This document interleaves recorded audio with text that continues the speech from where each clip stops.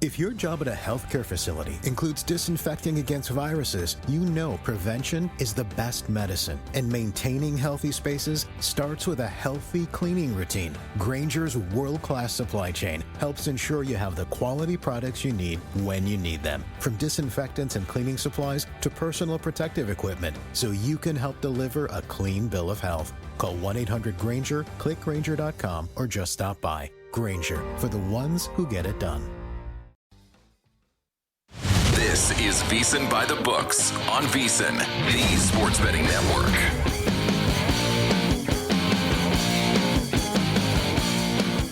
Hour number 2 on a Thursday underway. Jensen Lewis alongside Keith Irizarry in for Dave Ross. Captain America will be back on Monday, getting some well-deserved vacation down there in Virginia Beach. Hope Dave and Mom, Pop, everyone else enjoying some R&R. This hour, we will catch up with VP of Operations at Circa. It'll be Mike Palm for the Pressing 3. Can't wait to see what he's got for me today.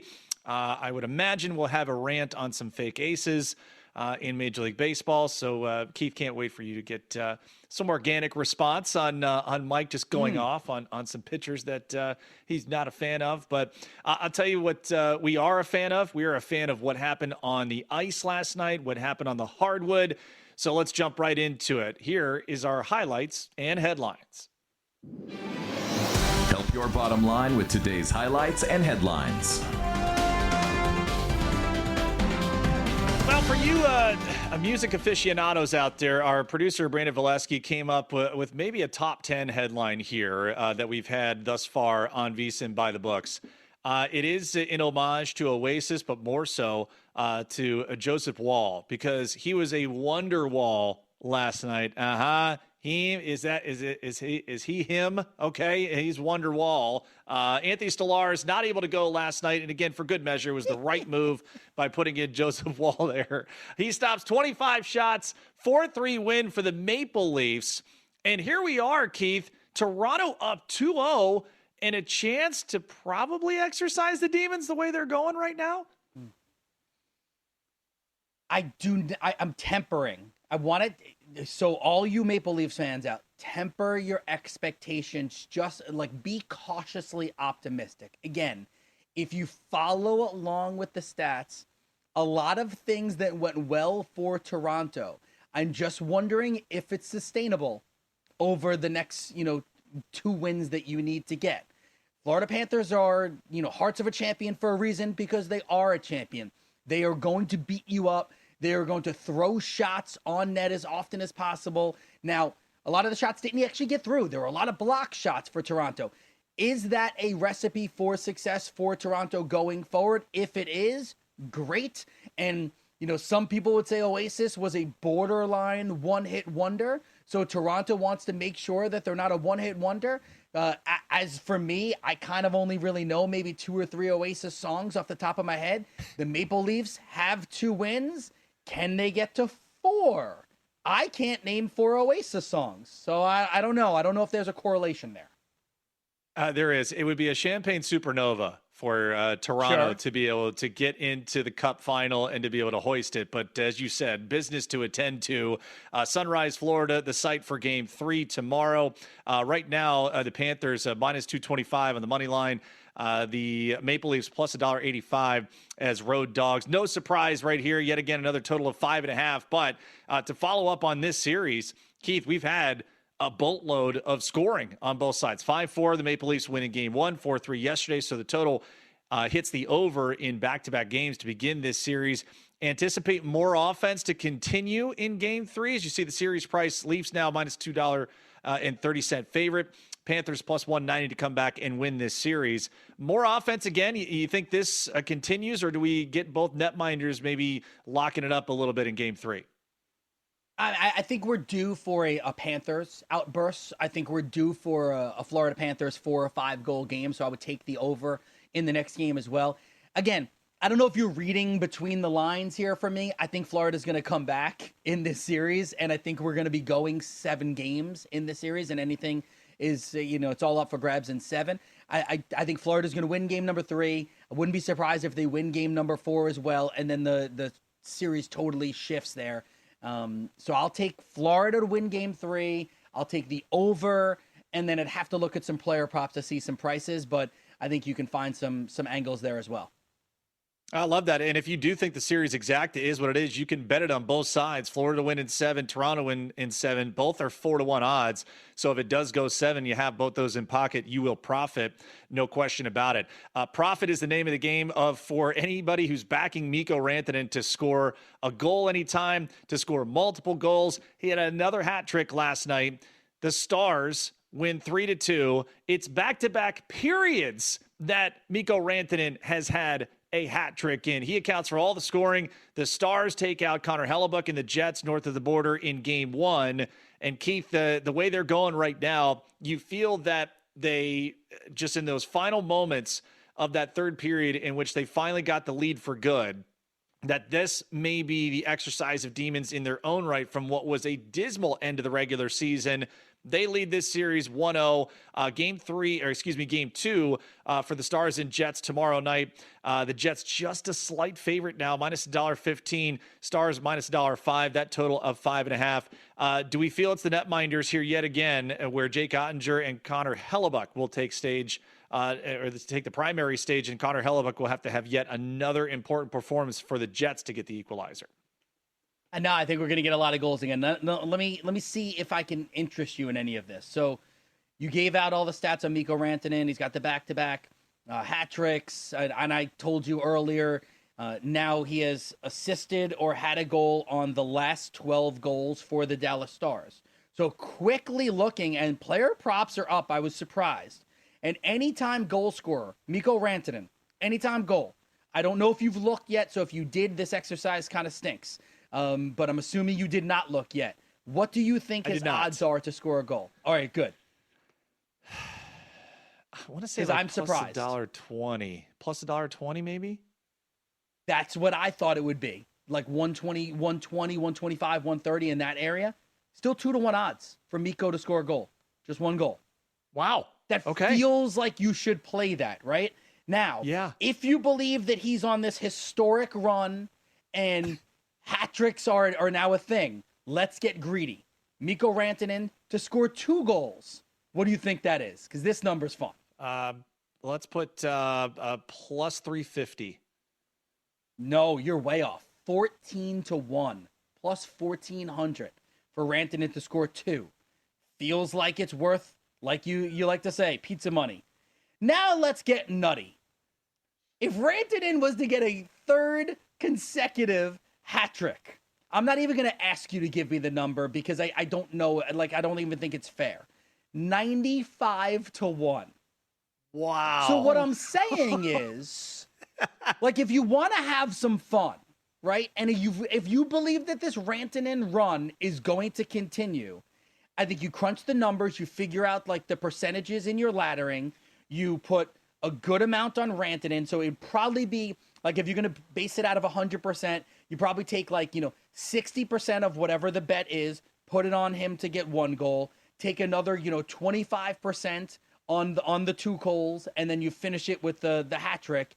And if somehow that happens, we ain't working that much anymore. All right. Oh my God. He was Brandon telling us Brandon telling us he was 80-1 to have the hat trick in game 1. And we thought it was nutty crunching the numbers on if you rolled over your winnings on the underdog money lines of the NBA for all the underdogs winning through the Knicks last night, you'd be up a cool $220,000. Imagine if you rolled over the hat trick props from what we saw in game 7 through game 1. So that is crazy. Again, Stars just a slight dog there on the road in game 2 tomorrow night against the Jets, total of 5.5 as the Stars win game 1, 3-2. Tonight on the ice, a couple of games. We will break that down further with Jonathan Davis, Carolina and Washington, Edmonton and VGK. Carolina, the OT winner in game 1. They're up 1-0. Edmonton, the comeback victory, scoring 4 unanswered to take game 1 over VGK 4-2. Our other highlight and headline we want to get for people, it was a rough night on the mound for actual real aces. And the headline is ailing aces, because we saw Hunter Green, as we talked about with Greg Peterson in hour number 1, have to walk off the mound. He was throwing absolute jet fuel last night, and then unfortunately had to leave an injury for him. Dylan Cease also a no-hitter late into that ball game, into the 7th inning, but he gave up the game-tying home run to Cody Bellinger, and then the next hitter, he exited discomfort in his throwing hand. That is never a good sign, Keith, for pitchers. So 2 guys that were really throwing well, not only for the beginning of the season, but through their individual outings last night. Tough to see both those guys walk off the mound individually. Is it harder for you, for what you did for a career to see that? Like, I know that when I see, so I had a really bad, I shattered my foot when I was 20 years old, went up for a rebound in basketball and like it literally flipped over the other way. So like I had 2 full reconstructive surgeries. Anytime I see ankle injuries and foot injuries, it makes me squeamish. Do you feel the same way? Well, again, just knowing that you're one throw away anytime as a pitcher for it being gone for good. Yes, that fear is there, and it gets compounded when you've had arm injuries before. And so I think that's the scary part for those guys. And you hope for the best because, honestly, Hunter Green was right in the thick of the Cy Young race in the National League. Dylan Cease also really with a head of steam in a phenomenal outing in his own right. But we hope for the best for both those guys, and they're not going to miss any time or a long time as well.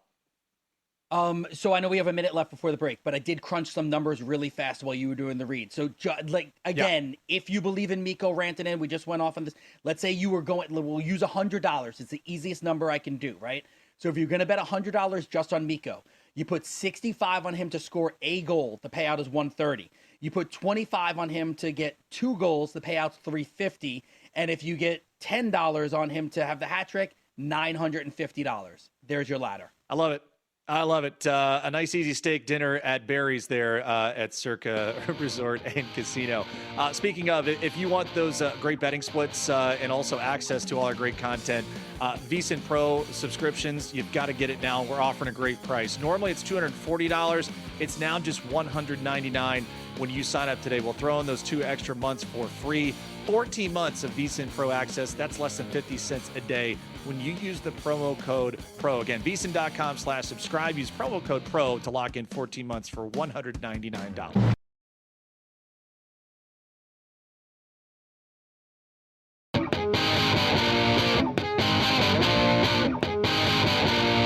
You're tuned in to VSiN By The Books right here on VSiN.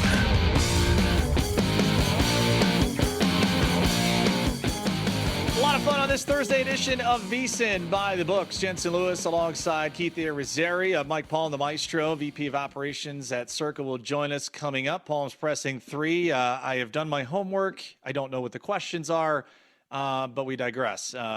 Mikey will have some good content for us. Yeah, that seems so unfair, right? Like you just I've done homework on everything in like the world, and we'll just see what happens. Yeah. Seeing some offshore prop odds that he will mention fake aces minus 1,000 if you want to lay that heavy price. Nice. So we will see Nice. What Mike Palm has coming up for us in our next segment. But right now, we do it every day here on VSiN By The Books. It's time for the Daily Diamond.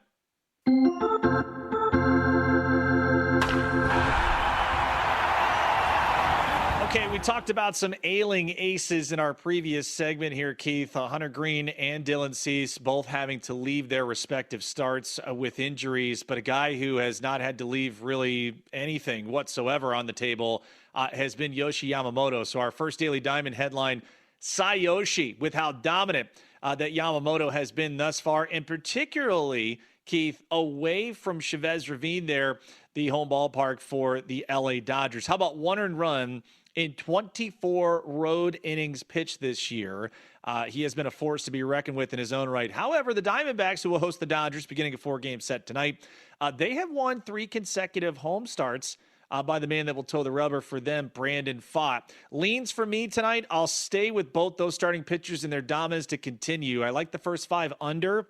And then Michael Conforto has had exceptional numbers against Brandon Pfaadt. So 2 or more total bases. Keith, those my leans for this matchup in a really good showdown series starting tonight. I think another headline there could have been something to the effect of like Arizona has fought and won, something like that. It popped in my head as I was reading your headline. I liked yours. Yamamoto's awesome, by the way. And I think it's pretty cool to watch his maturation in the major leagues. Like he seems like he's kind of like figuring it out, and things are kind of almost slowing down for him. So I like that. Conforto scares me. I guess I've just seen him play enough. He's not someone that I tend to lean into. I feel like every single time I give out a Conforto play, it doesn't hit. So sorry, he's a stay away from me. It's okay. Conforto in his career, 3 for 7 with a pair of home runs against Brandon Pfaadt. Limited sample there. But again, a Dodger offense, if you wanted to jump back on a couple of hitters, we have really focused on the Dodger offense most of this week, particularly against the Marlins. The way Freddie Freeman is swinging the bat right now, great career numbers against Brandon Pfaadt, 308 average, a homer and a pair of doubles. Mookie Betts has been just even a tick better with 4 hits of his own, including a double. Kike Hernandez, sneaky start if you're a daily fantasy player. And one of those where you're looking for a cheaper option, more than likely Dave Roberts will play those options tonight. 444 career average, Keith. A homer, a double, a couple of hits there. 4 for 9 career Kike Hernandez is. So anxious to see what that looks like tonight. How about the price for you here? $1.66 road favorite. Probably no surprise in that regard for Yoshi Yamamoto starting for the Dodgers. Plus $1.40 on the comeback there for the D-backs and Brandon Pfaadt. Total of 8.5. Now, we are in the desert. We're in Chase Field. That total enticing to you whatsoever, even though we have 2 pitchers that have thrown quite well on the mound, respectively? No, I'm going to steer clear of a total in that game because both pitchers have pitched well. My fear is that you could get a blow up from one of them. My fear would be that, Arizona's got a good offense and the LA Dodgers have a good offense as well. So that would be like, I'd be afraid of it because of that. So I would just stay away. And so, Jensen, you and I have now worked together 2 shows here, but we've done other stuff in the past. I'm a big fan of if I'm not into it, I'm not afraid to stay away. So something I have definitely learned over the years of doing this betting thing, and I'm sure Mike Palm and some of the other guys would tell you, if you don't like it, you don't have to bet it. I'm cool with walking away and looking for a play I like better. If nothing else, a great matchup just to watch as a fan tonight there. Sure. Last game on the slate. Dodgers and Diamondbacks. And again, 2 great pitchers going head-to-head tonight in Yoshi Yamamoto and Brandon Pfaadt. We get some day baseball also today, and we've targeted George Steinbrenner Field not only for the home teams, but also the away teams. It'll be a night game, though, here as the Phillies and the Rays finish up their series. So I went a little Diamond Diaz here for you and focusing more on a player prop here. Yandy Diaz, we talked about Jesus Luzardo and how great he has been coming over to the Phillies. In his spot in the rotation, he has done quite well. But the matchup in particular, Yandy Diaz has seen him quite well. How about 5 for 10, 3 doubles career against Luzardo? And then Ryan Pepiot, who gets the ball for the Tampa Bay Rays tonight. Only Max Kepler on the active roster for the Phillies right now. He's the only hitter that has faced Ryan Pepiot. So maybe a little shock and awe here, and that's why a lean for me will be the Rays' first 5 money line. They tend to be a bit better at home than they are on the road, but I also side with Yandy Diaz, a market you and I talk about we love to look at early in the season because the prices are a bit more favorable. I'll go with Yandy Diaz, 2 or more hits, runs, RBI in this specific matchup against Luzardo and Philadelphia. So I like a lot here, and I'm going to go with like opposing factors maybe. And some people will say this doesn't make sense. So I like Luzardo, and he's averaging 6.7 strikeouts per start this season. So I would take his over on strikeouts. Most books have it at 5.5, right? But then you say, all right, so Keith, then you must be against Jensen on Yandy Diaz. I don't think you have to be. I think 2 things can happen. So I think you could look at Diaz for the hits, runs, RBIs, or if you want to look at him for the total bases, if that's something that's a little bit more tickling your fancy. 4 of the last 8 games, he's had 2 or more bases. 2 of his last 3 games, he's had 2 or more bases. So I think there's 2 ways to play Diaz. Pick whatever price you like better. 2 hits, runs, RBIs, or the over, 1.5 total bases. And then I like Luzardo to top the 5.5 strikeouts.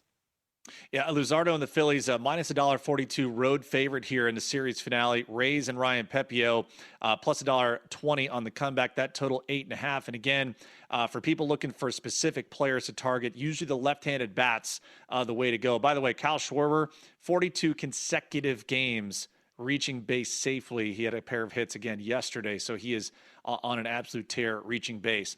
We mentioned some of the aces that were ailing. We talked about this game with Greg Peterson in hour number 1, but I went on the other side of it. Perhaps some free air conditioning in this Reds and Braves matchup and targeting both starting pitchers, Nick Lodolo, Spencer Schwellenbach. Now, here's the rub, Keith. Again, very similarly where we just talked about Max Kepler being the only Phillies hitter on the active roster to have faced Ryan Pepio of the Rays. Similar situation here. Alex Verdugo, the only active Braves hitter who has faced Nick Lodolo. So perhaps a little shock and awe campaign here for the big lefty for Cincinnati. Conversely, Spencer Schwellenbach, 3 straight games at Truist Park, allowing 7 or more hits. So here's the rub, and here's how I attacked it. I do think Lodolo could generate some swing and miss, and particularly that first time around with guys that haven't seen him before live. So I do like his strikeouts as a lean. And then Spencer Schwellenbach, as Greg had alluded to, has figured it out control-wise. I do like him under 1.5 walks. Very intriguing matchup between both these teams tonight. Lodolo strikeout number, most books have it at 4.5, juiced to around -140. I agree with you. The over 4.5 makes sense. Lodolo's only had, a big strikeout day once this season, 9 strikeouts at the Rockies on April 27th. Otherwise, he's pretty much 6 or less, but he's usually at 5.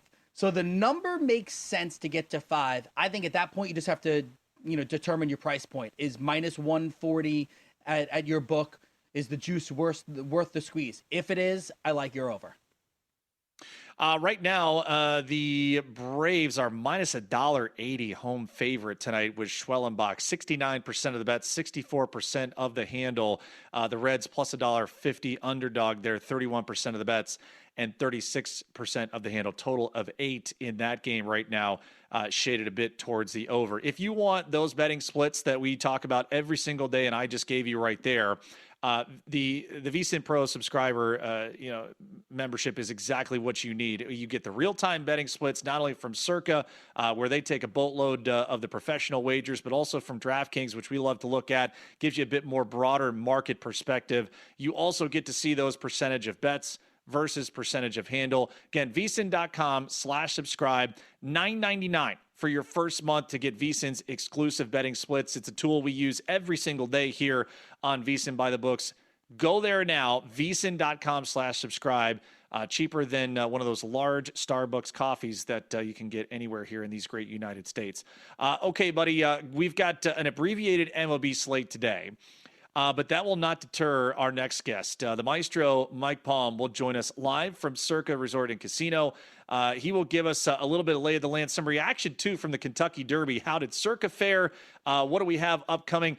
We are so close to getting some news on these Circa football contests. Can't wait to pick Mike's brain about that. Plus, also where his feelings are about this hockey postseason and the NBA postseason. What a wild swing in the association yet again last night. History made on the hardwood as the Celtics now have dropped back-to-back games with at least a 20-point lead in both. Don't go anywhere. The maestro, Mike Palm, will join us next, live from Circa when you come back on VSiN by the Books.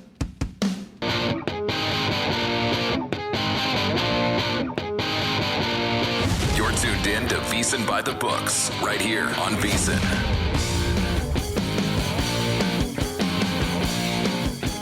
Halfway home on a Thursday edition of VSiN by the Books. Jensen Lewis, Keith Irizarry, alongside not only the rest of today, but we'll do it again tomorrow. And always great to catch up with our great friend of the program. He is the VP of Operations there at Circa.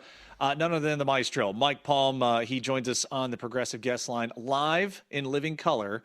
And you can follow him at Mike Palm Circa on Twitter. My man, great to catch up with you, even though it is a long-distance dedication edition here, as we usually do. Hey, first want to ask you about the Derby. I heard Derek talking with Mitch and Paulie just about the outfits from all the women and everyone who came to Legacy Club and really just a star-studded event there at Circa. But overall, for the book there, how did it end up with Sovereignty taking it over Journalism, who was pretty convincing favorite there at post time? Yeah, good morning, Jensen and Keith.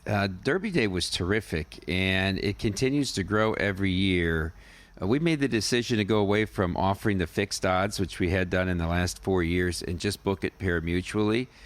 So that might be some of a factor. But, I mean, our right grew over 35% from last year. And it was a little bit surprising because, journalism wasn't a really – he was a solid favorite, but maybe not a horse that captured America's attention just yet. And there wasn't a lot of talk about a Triple Crown. So from that perspective of having maybe a, quote, super horse in the race, that didn't happen. But, the highlight of the day really is this party that we have at Legacy Club when everybody – puts on their best outfits, and it's something. We've had a lot of big-name athletes and coaches attend the party over the years. A couple years ago, we had a group of 10 Division I college football coaches and their wives/girlfriends attend the party. So it continues to grow every year. It rained a little bit Saturday afternoon, so they kind of forced the people in from stadium swim for a while. So the book was standing room only. It looked like an NFL Sunday with the people standing in between the slot machines here over the sports book. That's amazing. By the way, you say these big name athletes. Jensen needs his invite. I'm just letting you know he should be there. He will be dressed to the nines. Okay. Yeah. I don't know if you're okay with that. Yes. NBA so far. It's been a weird NBA playoff so far. How have you seen it from a book standpoint? Well, it's certainly the worm has turned here in the second round. I mean, when you have first round matchups like the Cavs and the Heat and the Celtics and Orlando and OKC and Memphis, it's very easy to get those 3-team money line parlays that everybody and I'm not just talking about the $5 better, but the $10,000 better, and we see 6-figure money line parlays. Sometimes it's to the individual game, sometimes it's to the series, and very little chance for the book to overcome that. And now we start off here, and we're 6-1 to the road teams in the second round, which was a great thing in game one because we had some shocking upsets. But the bettors just came back even heavier in game two and even straight bets. I mean, we had a guy wire in over $1 million, and he's a big money line favorite bettor yesterday, and we said, well, who's he going to bet, Boston or Oklahoma City? So it turned out right for us that he was on the earlier game. I mean, this is really historical, and of course the comeback of the Knicks and the Pacers down 14 in game two. So it's the same thing in every sport, guys. I mean, we talk about the sharp action and we talk about line moves and getting middled and all that. At the end of the day, it comes down to, on an NFL Sunday, we need two teams that are 4-point or more favorites to lose. If that happens, the book's going to win. Nothing else matters, because at the end of the day, people put together favorites in parlays. It happens in baseball. It happens in college football. It happens in NBA. The only sport that really doesn't happen in is hockey, because there's so much variance in it. Mike Palm, VP of Ops there at Circa, joining us here on VSiN By The Books. Mikey, I know you guys have the price there, and correct me if I'm wrong, it's moved overnight. But with now the Knicks up 2-0, do you guys still have the Celtics as a short series favorite right now? I know we were seeing that the Knicks might have been even money to win that series, even up 2-0. But this has been remarkable. I did a little math last night. If you rolled over the winnings from the Pacers game one second round series opener against the Cavs, you roll over the winnings for that through the Knicks last night, you rolled over on every underdog in the money line, you'd be up about $220,000. I'm assuming that no one has done that, but it is just fascinating to see that. So what's kind of the rationale here with the Celtics still kind of being a series favorite, even being down 0-2? So we adjusted it after game two to a pick at -110 both ways, and it hasn't moved. So we haven't seen anybody jumping in saying, now this is the time to bet the Celtics with a large wager on the Celtics, or somebody saying, geez, the Knicks only have to win 2 of the next 5. I'm going to take a shot at even money here. Really, that even money, that pick 'em price has not inspired a lot of action here. And maybe we wait until before game 3 when people will delve back into it, but not immediately. I mean, the gut reaction is, this is the great time to buy low on the Celtics, right? But then you factor into your mind, when will you ever feel safe in a game when you blew 2 20-point leads in a row, and you live and die by this 3-point shot so much. So, I mean, we all talked about before it started, OKC against who, and Boston and Cleveland, and and Boston going to win, right? And it was all presumed. But funny things happening here on the way to the Forum, and we have some very interesting matchups here in the second round. How is the hockey bets? How's that looking for you guys? Are people getting into the Stanley Cup playoffs? I'm a hockey guy, but I feel like, not the casual bettor dives in. When you look at it, Keith, the NBA on a nightly basis throughout the year, and then at this playoff time when both sports are on the same cycle, still writes a little more than 2-1 on the hockey games. And we have a lot of hockey fans here because of the Golden Knights, right? I mean, it's a hockey town now. But still, the NBA for the casual bettor is much more attractive. And I have to say both playoffs have been very compelling, and I'm not a big NBA fan. I don't watch a lot of regular season NBA till about the last month of the year just because I want to try to figure out a few playoff sweats. But both have been very compelling. But you're right. It's the everyday hockey bettor versus a casual NBA bettor. It's interesting. The favoritism changes all the time. I think what's really fascinating is the fact that the Dallas Stars, who were a dog in all 7 games in their first-round series, in some books right now are the favorite to win the Stanley Cup. Think about that. Remarkable, Mike, and we'll touch on that coming up here. For those casual bettors, or even if you're an everyday bettor, especially on the ponies, First Bet definitely has you covered. So sign up now, exclusive promotions for you, and to be able to bet on hundreds of thrilling horse races every day. Visit firstbet.com. That's the number 1ST, bet.com. Use promo code VSiN200 to score a 20% rebate on all your wagers for the first 60 days, up to $200. Don't miss out. Start betting today at firstbet.com. Mikey, I know we talk fake aces in baseball.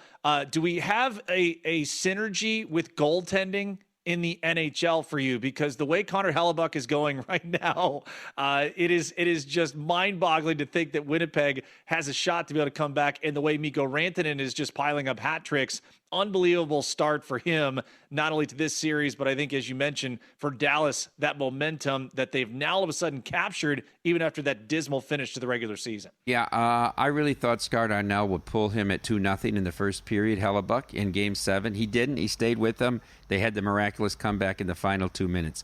Rantanen is playing at a whole different level right now. And when you think about the course of this season, think about the fact that after 10 years in Denver, the Avalanche decided they couldn't afford to re-sign him. They trade him to Carolina. He tells Carolina he's not going to sign another deal there. So right at the end of the season, they trade him to Dallas. There's a shot that he takes out both, and he re-signs in Dallas for probably less than what he would have taken in Denver. And there's a shot he takes out both the Avalanche and possibly the Hurricanes. I mean, if they meet in the Stanley Cup Finals. This is certainly a remarkable year. Dallas is getting healthier, still waiting to get Heiskanen back. Obviously, they got Robertson back. And they look very formidable here. But so do the Edmonton Oilers, guys, who look like they were dead in the water after losing the first 2 games in L.A., and if not for a miraculous, inconceivable challenge by Jim Hiller, might have gotten eliminated in the first round. They looked awfully good against the Knights outside of the first 8 minutes of that game. So there could be another Western Conference final like we saw last year with Stars and Oilers. Yeah, I think we're poised to see Oilers and the Stars. Cards on table, I told Jensen, I picked the Stars before the season to win the Cup. For NHL Network, we have to do our brackets. I picked them, but right as the Stanley Cup playoffs were starting, so I'm feeling pretty good about the Dallas Stars. See, my only pause, Keith, and I bet them almost every year, and this is the best team. They put together the best team on paper, right? They were terrific at the trade deadline. I still think that Ottinger's a fake ace. We've yet to see. I knew you were going to worry about him. But this is all these guys in Dallas. Whatever happened to Ben Bishop? Where is he now? He was the next great thing. Hobby Bullen was great. But they go for 4 or 5 years and then they wander off into the sunset here. He's got to win a game in a big spot yet. We haven't seen that. He's gotten them to the conference finals, but he hasn't won the big game. We'll see. Maybe this is the year. Yeah, definitely. All right. People are starting to worry about you, Mikey, that you're ultimately calm here. They wondered if you were back off the coffee kick. We're going to get Mike really rolling here because back by popular demand, even from a long distance, it is Palms Pressing 3. That is next here on VSiN by the Books.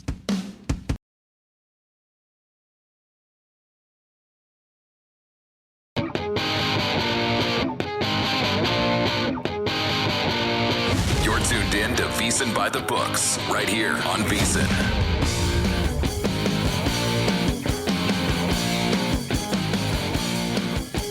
Thursday edition of VSiN By The Books rolls on. And again, always great to catch up with Greg Peterson in the first hour of our show. If you missed that, go back on the VSiN Watch app. Be able to check out all of our great content, all of our great episodes there. But now it is, as we always like to say, Destination TV, Destination Radio. It is time for Palms Pressing 3. Pressing? Yes, I say it's pressing. This is Palms Pressing 3. Now, my mother told me never to answer a question with a question. Sir, my client has answered every question asked by this committee with the utmost sincerity. All right, here we go, Jensen. Baseball today is so saturated with data that nearly every element of the game is dissected and quantified. Yet there's still one variable that seems stubbornly immune to analytics. Care to guess? Nope. It's when a pitcher is getting squeezed. Jensen, as a former pitcher, how did you handle it when it became clear that your scouting report on the umpire was rendered irrelevant, and it was blatantly obvious that you must have brought ill will upon him in some past life, as you weren't getting calls on pitches that players, manager, and even fans knew were strikes? Did this umpire's vendetta against you get in your head, or were you able to block it out and stick to your game plan? Or even better, did you shift your approach and start pitching so fine that in a way you dared the umpire to, quote, cut off his nose to spite his face?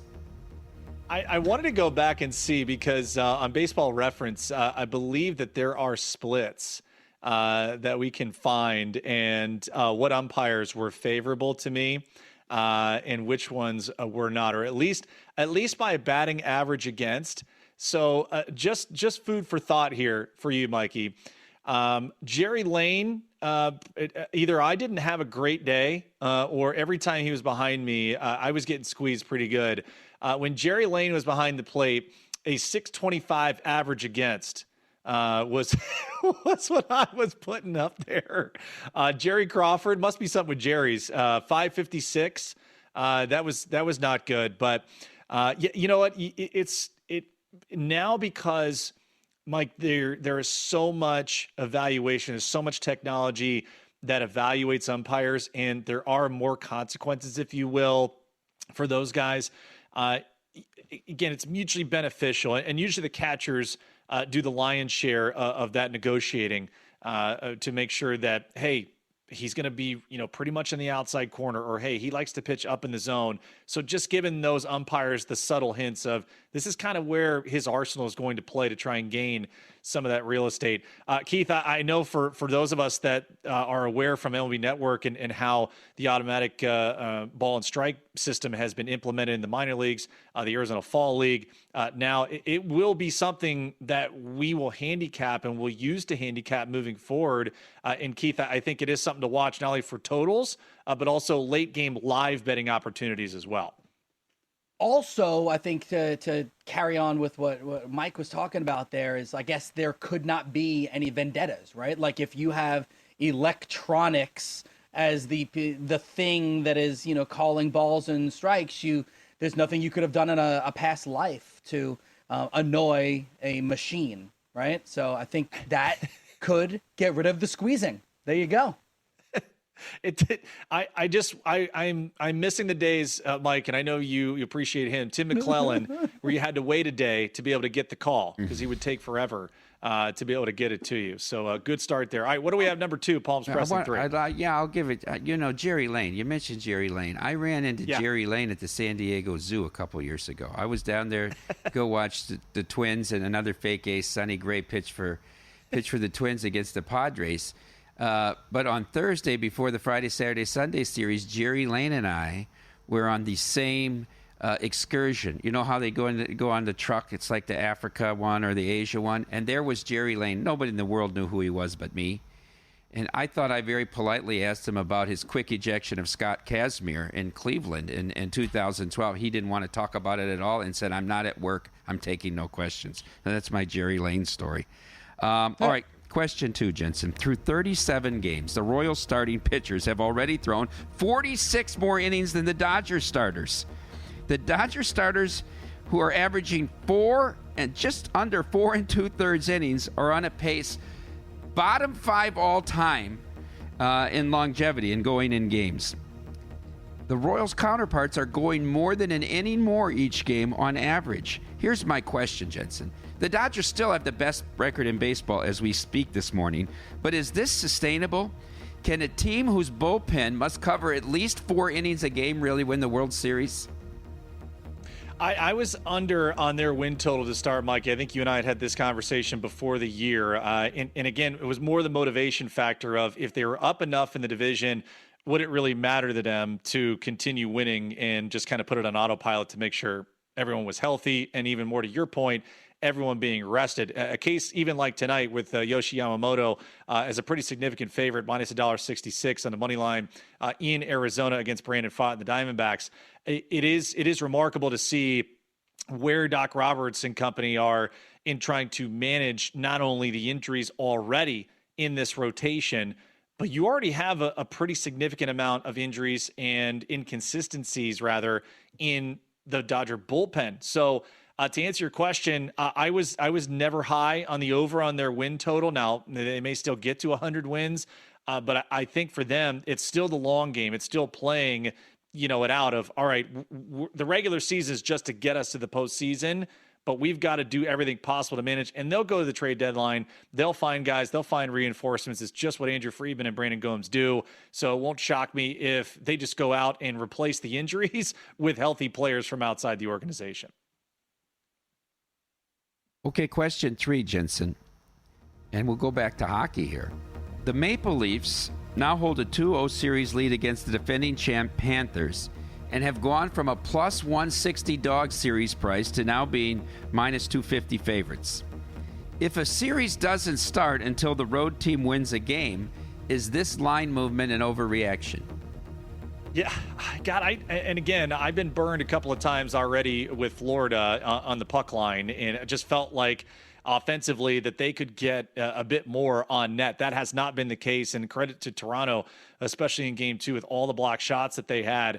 As far as the series price goes, I'm with Keith. I still feel that Florida finds a way to overwhelm Toronto in game 3. I do think they get on the board. But I'm wondering too, just from a book perspective, with where Toronto, I think minus 230 on the series line right now for the Maple Leafs as they move to game 3, Panthers plus $1.90. Does it work better for you guys, Mike, if Toronto continues to move on?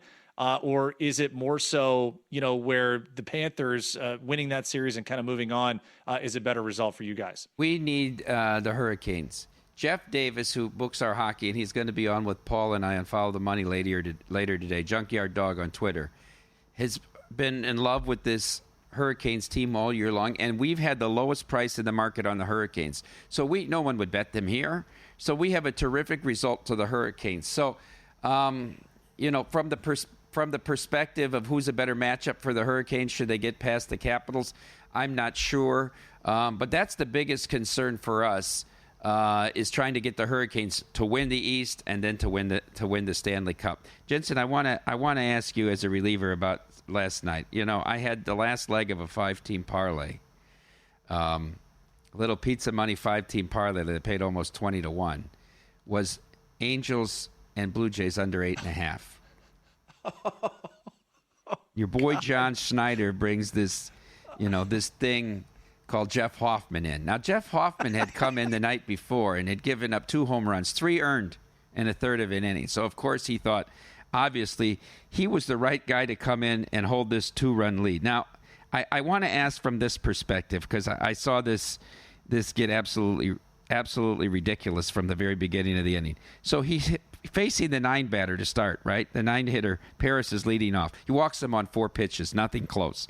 Now he gets Nato 0-2, and he throws it right down the middle, single to center, 107 miles an hour exit velo.